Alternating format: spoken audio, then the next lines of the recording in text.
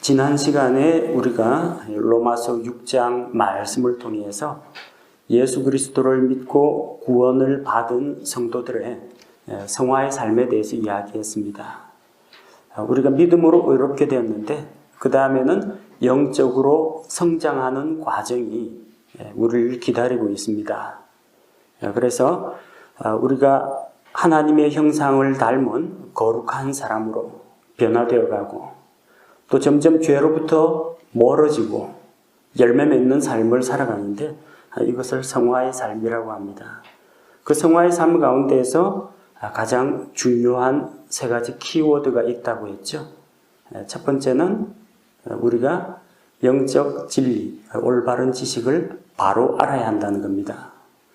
두 번째는 우리가 우리 자신의 신분에 대해서, 죄에 대해서, 하나님에 대해서 과연 자기가 알고 있는 대로 그렇게 여겨라, 태도에 대한 겁니다. 세 번째는 우리 자신을 하나님께 드려라, 순종하고 헌신하는 삶을 이야기했습니다. 자, 오늘은 이제 그 세 가지 단어, 알고, 여기고, 드리는 삶, 거기에 대해서 종합적으로 정리를 하고자 합니다. 우리 자신이 과연 죄의 종이 될 것인가, 의의 종이 될 것인가, 결국 우리의 선택이고 우리가 선택한 결과에 따라서 우리 삶에 그것이 열매로 나타난다는 것, 그리고 그 두 가지 열매가 죄의 종으로 들였을 때, 의의 종으로 들였을 때 그 결과가 정반대로 나타난다는 것을 오늘 읽은 본문 말씀에서 우리가 살펴보도록 하겠습니다. 자, 15절 말씀에 보니까 그런즉 어찌하리요? 그런즉 어찌하리요? 이것은 어디에 연결되느냐 하면은 그 앞쪽에 나오는 말씀입니다. 14절에 너희가 율법 아래 있지 아니하고 은혜 아래 있으므로 죄가 너희를 지배하지 못한다고 했습니다. 율법 아래 있지 않고 은혜 아래 있다고 했습니다. 자, 그럼 율법 아래 있지 않고 은혜 아래 있는데 우리가 과연 죄를 지을 것인가 말 것인가? 죄를 지어도 율법의 정죄를 받지 않습니다. 죄를 지어도 이제는 더 이상 죄에 대해서 심판과 형벌을 받지 않습니다. 우리는 은혜 아래 있는 자입니다. 하나님의 용서와 하나님의 보호와 그 사랑을 우리가 입고 있는 자입니다. 자, 그렇다면은 이제는 율법이 우리를 정죄하지 못하고 하나님의 은혜를 누리는 존재니까 죄를 지어도 되느냐, 되지 않느냐. 죄를 지으리요? 성경이 뭐라고 합니까? 결코 그럴 수 없다고 합니다. 그리스도인은 예수님의 대속을 통해서 과거에 지은 죄, 현재 짓고 있는 죄, 또 앞으로 짓게 될지도 모르는 그 모든 죄에 대해서 이미 예수님의 피로 말미암아 모두 용서받았습니다. 앞으로 우리가 어떤 죄를 짓는다고 할지라도 적어도 그 죄 때문에 지옥에 가는 일은 없다는 겁니다. 우리에게는 참 안심이 되는 말씀이고 위로가 되는 말씀이고 너무너무 다행스러운 말씀입니다.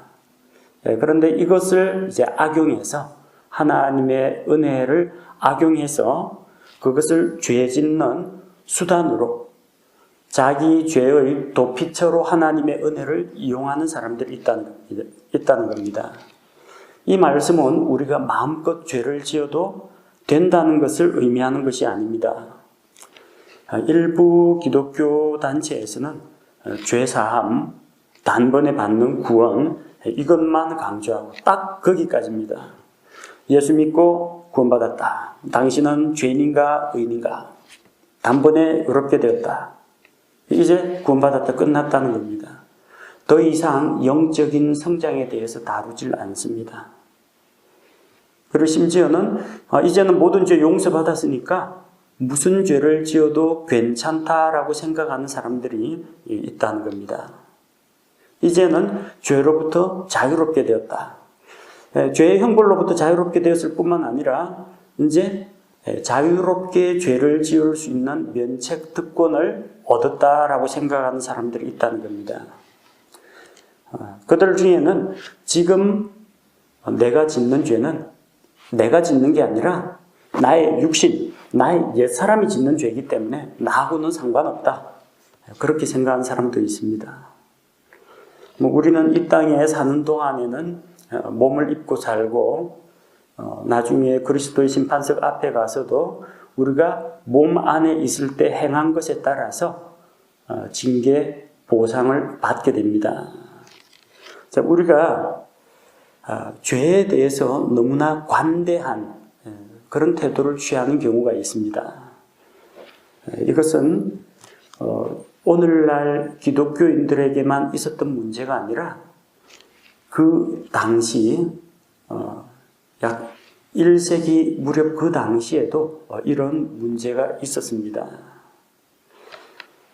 플라톤의 이데아 철학, 영혼과 육체의 이분설을 주장하는 이원론을 주장하는 영지주의에서 나온 사상입니다.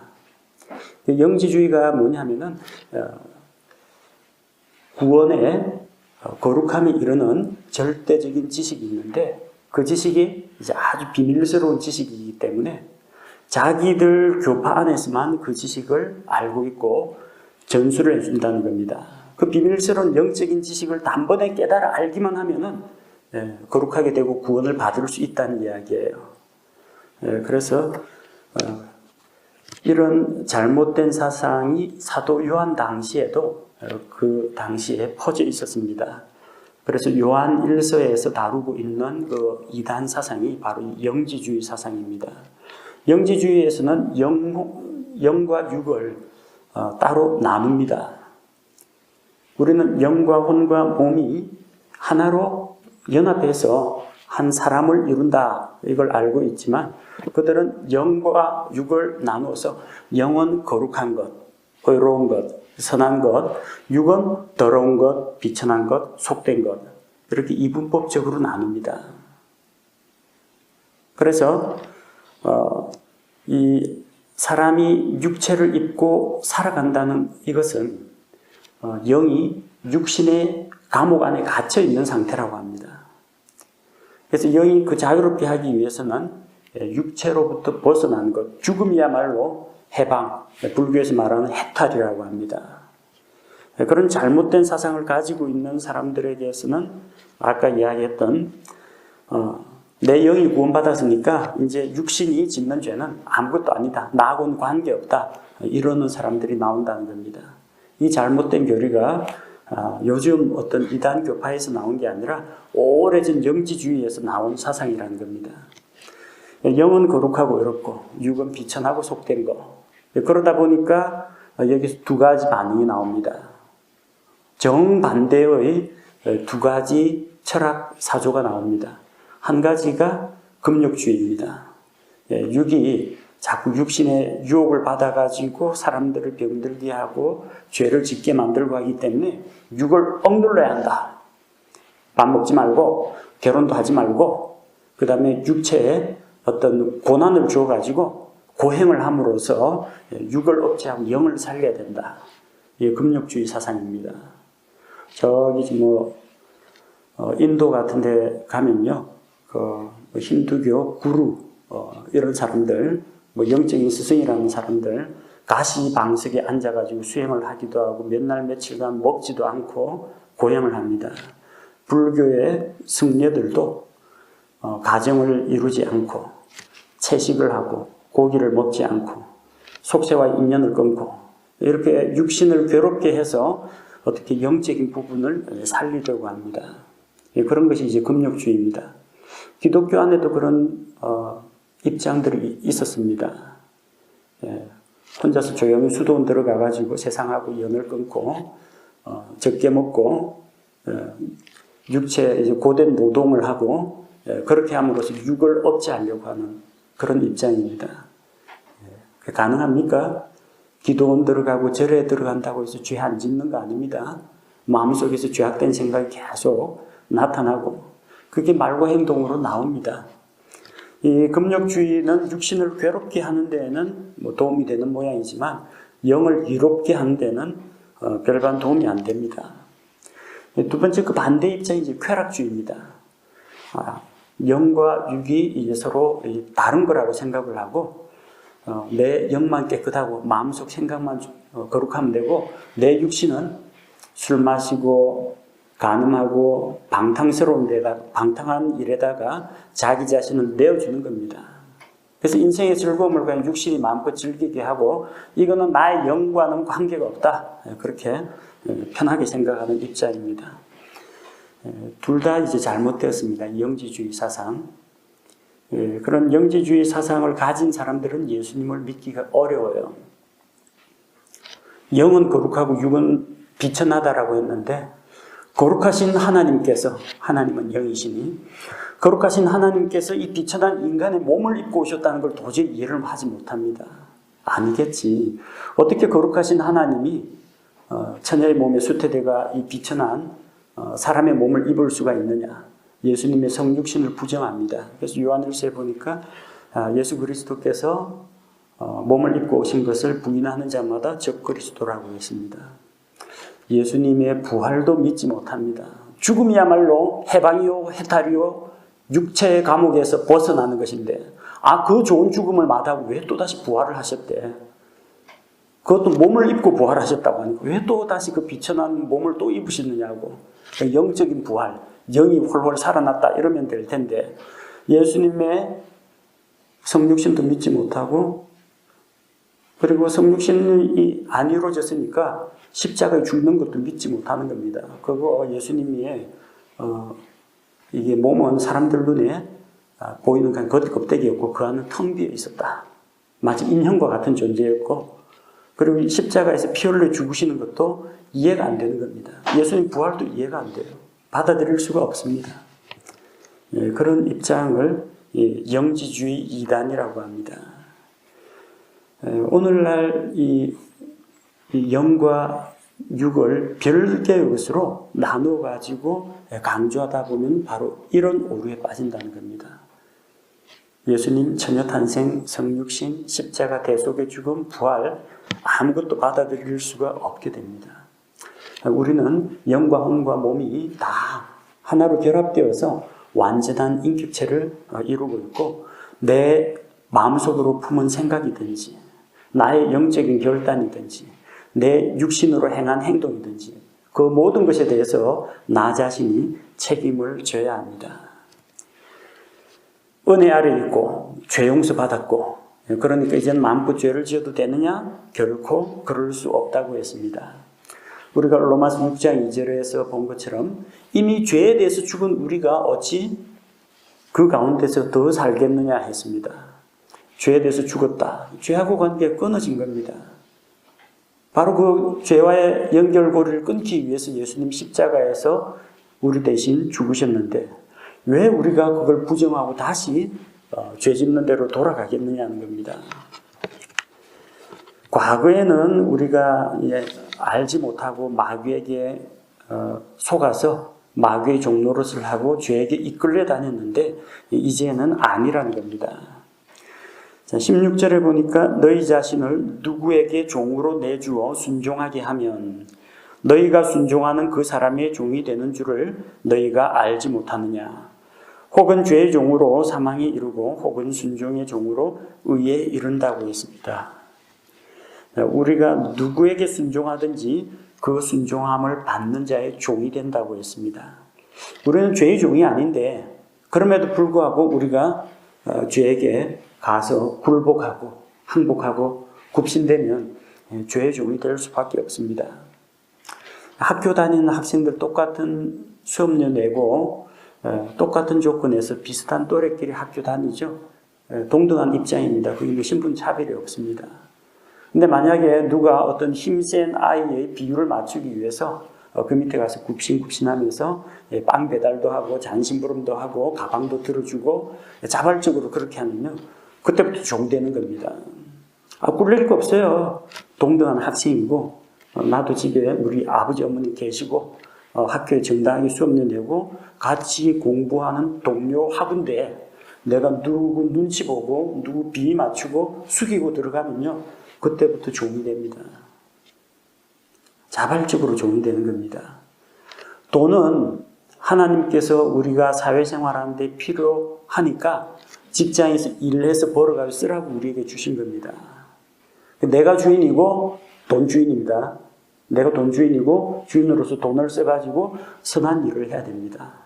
근데 반대로 내가 돈을 주인으로 모시고 1억 모으기, 10억 모으기 이 프로젝트 해가지고 내가 돈을 목표로 삼고 나는 돈의 종이 돼가지고 열심히 버는 일, 아끼는 일, 안 쓰는 일, 긁어 모으는 일 이런 거에만 내가 매진하게 되면요. 누가 그러라고 시킨 적 없습니다. 자기가 그렇게 하는 거예요. 자기가 생애 목표를 돈으로 정한 사람, 자기 생애 목표를 어떤 관직이나 계급에 두고 있는 사람, 그런 사람들은 일생을 거기에 종노릇하면서 살아가게 된다는 겁니다. 먹고 싶은 거 좀 사 먹고 커피도 좀 마시고 여행도 좀 다니고 버는 만큼 좀 쓰고 필요한 만큼 저축을 해야 되는데 목표가 돈이다 하면은 돈의 노예, 돈의 종이 되어버립니다. 자기 자유를 잃어버립니다. 자기의 삶을 누릴 자유를 스스로 포기해버리는 겁니다. 돈의 종이 되기도 하고 어떤 육체의 정욕의 종이 되기도 하고 명예의 종이 되기도 하고 치명적인 것은 죄의 종이 되는 겁니다. 죄의 종이 되면 돌아오는 대가는 사망에 이르게 된다고 했습니다. 우리가 하나님께 순종하여 순종의 종이 되면 의에 이른다고 했습니다. 우리에게 전해준 하나님께서 주신 예수 그리스도의 복음의 말씀, 그 진리의 말씀에 우리가 순종하고 복음에 순종하고 그걸 믿고 받아들이니까 의에 이르게 되었지 않습니까?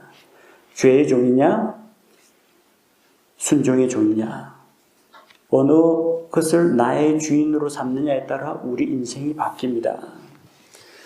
자, 17절 18절에서 믿고 구원받은 자는 이미 우리의 신분이 바뀌었다는 것을 보여줍니다. 그러나 하나님께 감사하리로다. 너희가 죄의 종이었으나, 옛날에는 죄의 종이었습니다. 너희에게 전달된 교리의 그 틀에 마음으로부터 순종하고 이로써 죄로부터 해방되어 의의 종이 되었다고 했습니다. 옛날에는 죄의 종이었습니다. 사람은 태어날 때부터 죄 가운데서 태어납니다. 에베소서 2장 3절에서 우리는 본질상 본래 진노의 자녀였습니다. 시편 51편 5절 말씀처럼 우리 모친이 죄 중에 우리를 수태했습니다. 아담의 타락한 죄의 본성을 우리가 그대로 가지고 태어난다는 겁니다. 그러니까 죄가 우리의 주인입니다. 죄가 이끄는 대로 끌려다닙니다. 우리에게는 선을 행하고자 하는 마음도 있고 양심도 있지만 선을 행할 능력이 없었다는 겁니다. 하지만 우리에게 전해주신 교리의 틀이 뭡니까? 바로 그 복음을 이야기합니다. 그것에 마음으로 순종하여 형식적으로 입술로만 순종한 것이 아니라 진심으로 마음으로 받아들임으로 말미암아 현재 신분은 죄에서 해방되어 의의 종이 되었다는 겁니다. 그래서 지금은 예수님이 우리 삶의 주인이십니다. 우리는 주님의 인도를 따라서 살아가는 자들이 되었습니다. 죄로부터 해방된 존재, 그래서 free from, 죄로부터 벗어났습니다. 우리는 첫째로 죄의 형벌로부터 벗어났습니다. penalty of sin, 죄의 형벌로부터 벗어났습니다. 언제? 예수님을 믿고 영접하는 바로 그 순간에 단 한 번, 구원받을 때 단 한 번 이루어지는 겁니다. 이걸 가리켜서 칭의라고 합니다. 하나님이 의롭다고 칭해 주시는 것, 의롭다고 불러주시는 것을 말합니다. 우리의 상태가 의롭다는 것이 아니라 우리의 신분이 의로운 자라는 그런 신분을 얻게 된 것을 말합니다. 자, 두 번째는 죄의 영향력으로부터 벗어나는 겁니다. 영향력으로부터 자유하게 되는 것. Free from power of sin입니다. 죄의 권세, 영향력에서 벗어나는 겁니다. 이 과정을 성화의 과정이라고 합니다. 언제까지냐? 예수님을 믿은 그 다음부터 우리 주님 다시 오시는 그날까지 우리가 거쳐가야 할 과정이 성화의 과정입니다. 이 세상에서 몸을 입고 살아가는 동안 거쳐야 하는 과정입니다. 이것은 영적인 성장, 성품의 변화를 동반하는 길고 긴 과정입니다. 어렵게 되는 것은 믿을 때 단 한순간에 됩니다. 예수님을 믿는 바로 그 순간에 바로 하나님의 자녀되고 어렵게 됩니다. 그러나 우리가 영적으로 성장하고 거룩한 삶을 추구하는 그리스도인으로 자라가는 것은 일평생 지속하는 과정이라는 겁니다. 자, 세 번째, 무엇으로부터 해방되었느냐? 죄의 존재로부터 자유하게 되었습니다. Free from presence of sin. 이제 죄가 아예 죄의 존재 자체도 없게 되는 그런 단계가 오는데 이것을 영화라고 합니다. 예수님 다시 오실 때 우리가 거룩하고 영광스러운 존재로 변하는 것을 말합니다. 주님께서 자기 신부 신약교회 성도들을 데리러 오실 때 단 한순간에 우리가 변화가 됩니다. 이 세 가지는 우리 그리스도인이라면 누구나 경험하게 되는 그런 자유와 해방입니다. 이 세 가지 중에서 두 가지하고 한 가지가 딱 차이가 납니다. 칭의와 영화는 한순간입니다. 성화는 한순간이 아니라 지속되는 과정입니다. 또 뭐가 차이가 나느냐? 어렵게 되는 데는 내 공로는 전혀 들어가지 않습니다. 하나님의 은혜로 우리가 믿을 때 하나님의 은혜를 받아 누려서 구원을 값없이 선물로 받습니다. 칭의, 어렵게 되는 거. 어렵게 되는 데는 내 노력은 안 들어갑니다. 예수님께서 십자가에서 이루신 그 구속을 내가 믿음으로 하나님께서 하십니다. 하나님께서 재판자이신 하나님께서 의로운 자라고 인정해 주시는 겁니다. 영화, 이것도 내 노력이 들어가지 않습니다. 우리가 살아서 주님 오시는 것을 만나든지 우리가 죽었다가 부활의 몸으로 주님을 만나든지 우리 주님께서 우리를 한순간에 거룩하고 영광스러운 존재로 변화시켜 주십니다. 그것도 단번에. 내 노력이 들어가지 않습니다. 근데 그 가운데 끼어있는 이 성화의 과정은 일평생 지속되는 과정이고요. 하나님의 은혜와 더불어 나의 순종이 들어가는 겁니다. 비행기가 하늘을 날아가려면 지상에서 달려야 됩니다. 요즘에는 헬리콥터 같은 거 그냥 쭉 떠오르지만 이 비행기가 떠오르는 데는 두 가지 힘이 작용합니다. 지상에 바퀴를 대고 앞으로 달려가는 추진력. 여러분 비행기 타면 시동 걸 때 자동차처럼 느리게 출발하는 게 아니라 엔진을 풀로 가동합니다. 거대한 비행기 동체를 움직여야 되니까. 그래가지고 브레이크 떼면 휙 활주로를 달려갑니다. 고속으로 달려야 됩니다. 시속 5km로 백날 달려봤자 땅 위에 기어다니는 군뱅이 벌레하고 똑같습니다. 고속으로 쫙 달려야 되고 달릴 때 비행기 날개에 작용하는 그 베르누이의 정리가 이제 적용됩니다. 유체역학에서 이야기하는 비행기 그 위쪽 공면을 이동하는 공기의 흐름과 비행기 날개 아래쪽으로 흐르는 공기의 흐름 속도가 다르기 때문에 위쪽으로 흐르는 빠른 공기의 흐름 때문에 위쪽에 부분 진공 상태가 일어나서 떠오릅니다. 그 양력이라고 합니다.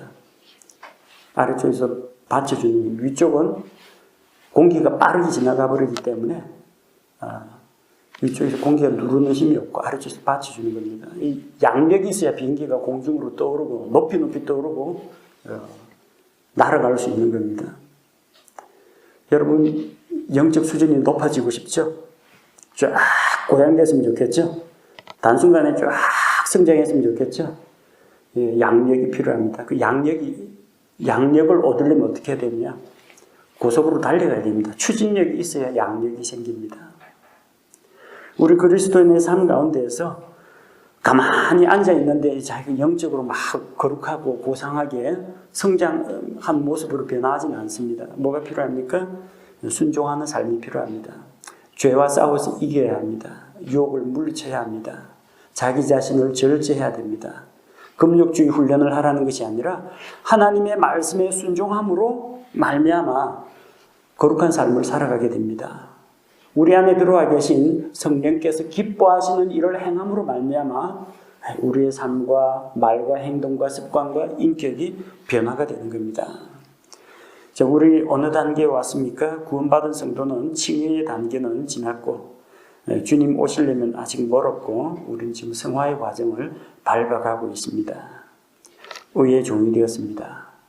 그런데 다시 죄에게 돌아가서 죄에게 종로로 돼서는 안 된다는 이야기입니다.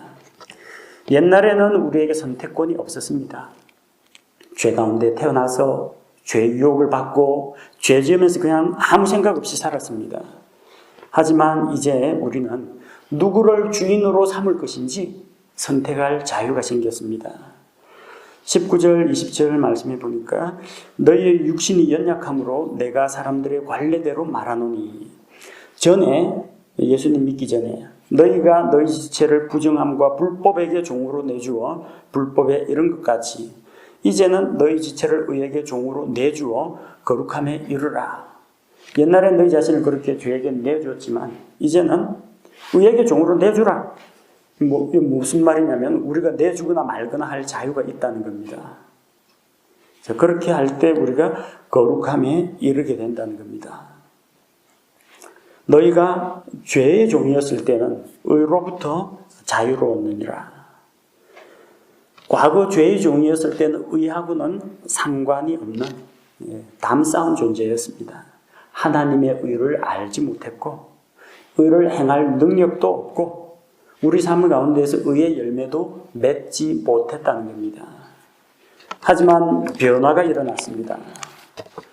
이제는 우리가 죄의 종에게서 해방이 되어서 이제 하나님을 죄에 대하여 죽고 하나님을 향하여 살아있는 존재가 되었기 때문에 이제는 선택의 자유가 생겼습니다. 나를 죄의 종으로 의의 종으로 어느 쪽에 드릴 것인가 내가 선택해야 합니다.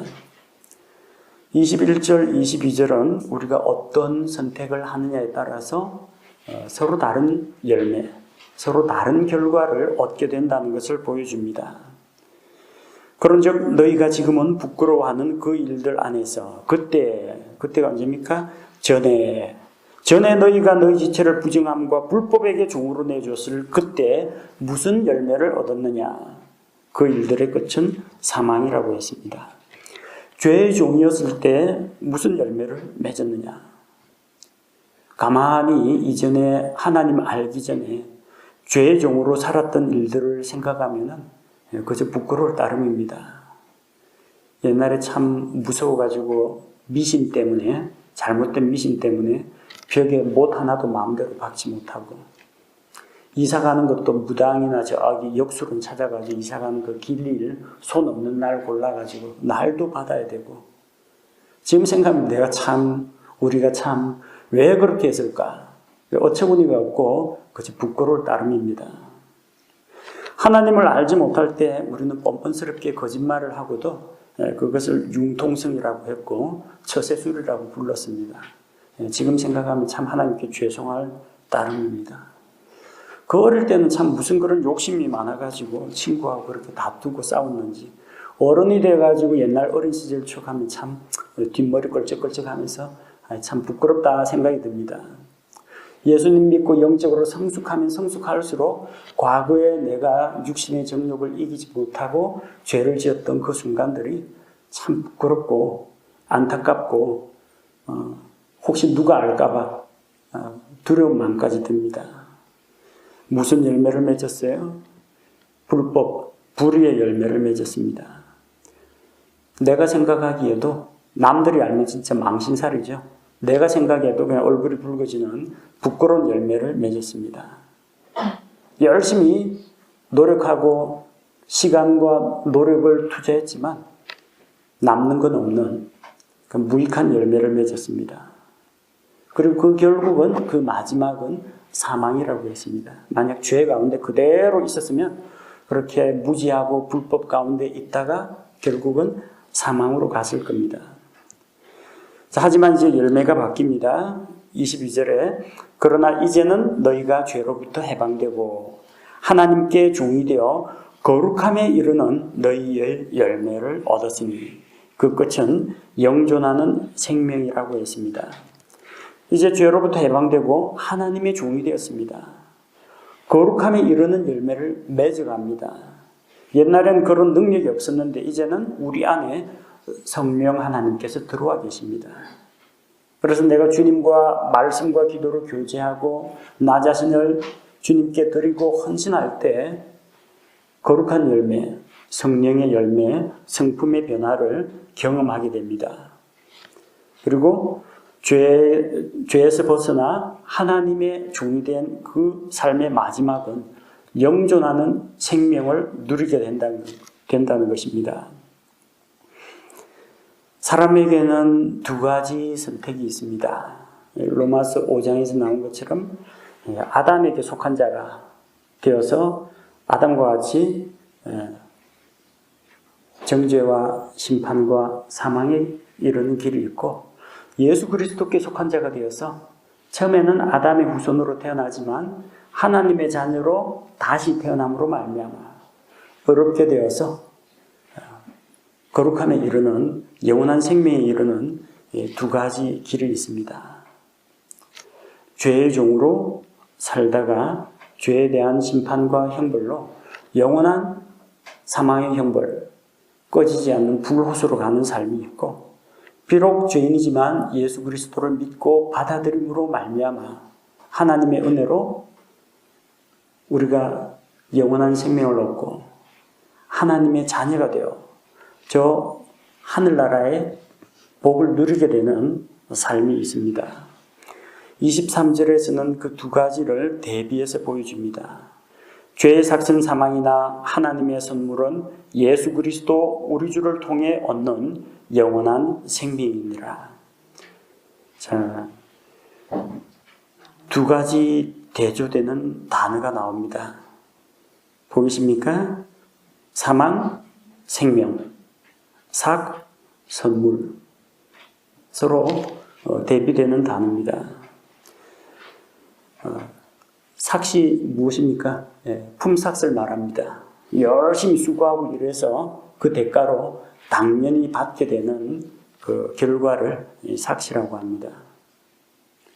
선물은 아무런 노력이나 공로가 없음에도 불구하고 값없이 거저 받아 누리는 그 은혜를 선물이라고 합니다. 근데 우리가 열심히 하나님 없이 열심히 산다고 살고 노력하고 발버둥 치고 해서 얻은 그 대가, 삭시, 사망이라는 겁니다. 허탈하죠. 열심히 일했는데, 착하게 살려고 노력했는데, 앞만 보고 정신없이 달려왔는데, 하나님 없이 행한 나의 모든 삶, 죄에 대한 삭스를 받아야 됩니다. 일을 하고 품삯은 감사하게 받아야죠. 아르바이트 하고 나서 월급 받는 건 감사하게 받아야죠. 안 받고 싶으면 안 받고 그냥 자출 감춰도 되는데 죄의 삭은 일단 죄를 저질러 놨으면 안 받고는 못 빼깁니다. 너희 죄가 너희를 반드시 찾아내리니 하나님께서 지켜보시고 계시기 때문에 이 죄의 삭은 안 받을래 안 받을 수가 없습니다. 반드시 받게 됩니다. 그렇지만 우리에게 희망이 있습니다. 우리의 그런 노력과 공로로는 그 죄의 사망에서 벗어날 수가 없지만 하나님께서는 구원을 값없이 선물로 주신다고 했습니다. 그 선물은 어떻게 오느냐? 우리의 공로가 없이 값없이 주십니다. 일하지 않고 노력하지 않고 오로지 하나님의 은혜로 믿음을 통해서 오는 겁니다. 예수 그리스도 우리 주를 통해 얻는 영원한 생명이니라. 값없이 주시는 선물은 하나님의 아들 예수 그리스도를 통해 옵니다. 그래서 구원자이신 예수 그리스도를 내가 나의 주인으로, 죄를 내 주인으로 삼는 죄에 대한 심판으로 형벌을 받지만 예수 그리스도를 나의 주인으로 믿고 받아들일 때 우리에게 영원한 생명이 있다는 것입니다. 선택해야 됩니다. 중간은 없습니다. 죄의 종이냐 의의 종이냐. 선택해야 됩니다. 영원한 멸망의 형벌이냐 영원한 천국이냐. 우리는 두 가지 중에서 지혜로운 선택을 해야 합니다. 우리에게는 주인을 선택할 수 있는 자유가 있고 스스로 선택할 의지가 있습니다. 죄를 주인으로 삼아 그에게 순종하면 죄의 종이 됩니다. 예수 그리스도를 주님으로 삼아 예수님을 주인 삼아 그분께 순종하면 의의 종이 됩니다. 여러분의 몸은 무엇을 위해, 누구를 위해 일을 하고 있습니까? 우리의 몸은 일을 하는 도구입니다. 같은 도구를 누가 어떻게 사용하느냐에 따라서 결과가 달라집니다. 칼은 그냥 칼입니다. 이 칼이 강도의 손에 들리면 사람 죽이는 흉기가 됩니다. 이 칼이 의사의 손에 들리면 사람을 살리는 인수를 베푸는, 의수를 베푸는 칼이 될 수가 있습니다. 우리 자신의 몸을 어디에다 사용하시겠습니까?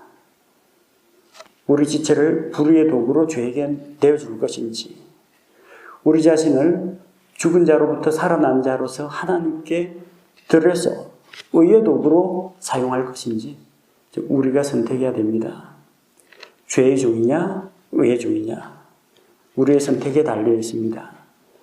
우리가 맺는 삶의 열매는 우리의 생각이나 신념에서 나오는 것이 아닙니다.